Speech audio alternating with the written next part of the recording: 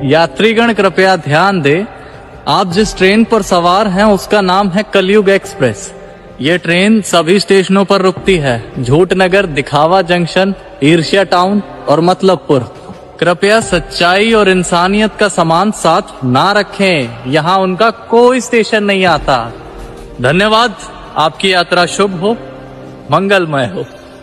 औलाद की वफादारी का पता बुढ़ापे में चलता है और भाई की वफादारी का पता शादी के बाद में चलता है। पति की वफादारी का पता पत्नी की बीमारी में चलता है और पत्नी की वफादारी का पता पति की गरीबी में चलता है और एक दोस्त की वफादारी का पता दोस्त की परेशानी में चलता है। एक बात हमेशा याद रखना, दुख पर ज्यादा ध्यान दोगे तो हमेशा दुखी रहोगे, सुख पर ध्यान दोगे तो सुखी रहोगे।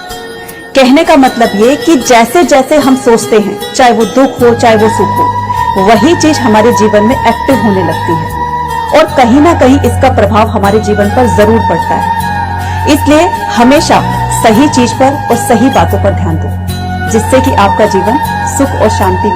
जिनकी बातों में सच्चाई है वह अक्सर ठुकराए जाते हैं। हाँ में हाँ मिलाने वाले ही लोगों के सगे बन जाते हैं। जो दिखावे की दुनिया रचे वही महफिल में छा जाते हैं। दिल से निभाने वाले तो अक्सर अकेले रह जाते हैं।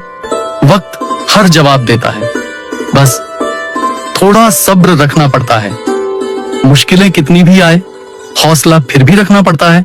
उतार चढ़ाव भरी जिंदगी में हमें संभाल कर चलना पड़ता है। मंजिल मिलती है, बस अपने कदमों पर भरोसा रखना पड़ता है।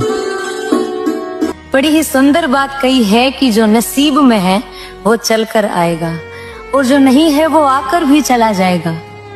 जिंदगी को इतना सीरियस लेने की जरूरत नहीं है, यहाँ से जिंदा बचकर कोई नहीं जाएगा। एक सच ये भी है कि अगर जिंदगी इतनी खूबसूरत होती तो हम इस दुनिया में रोते रोते नहीं आते। लेकिन एक मीठा सत्य यह भी है कि अगर जिंदगी इतनी बुरी होती तो हम जाते जाते लोगों को रुला कर नहीं जाते।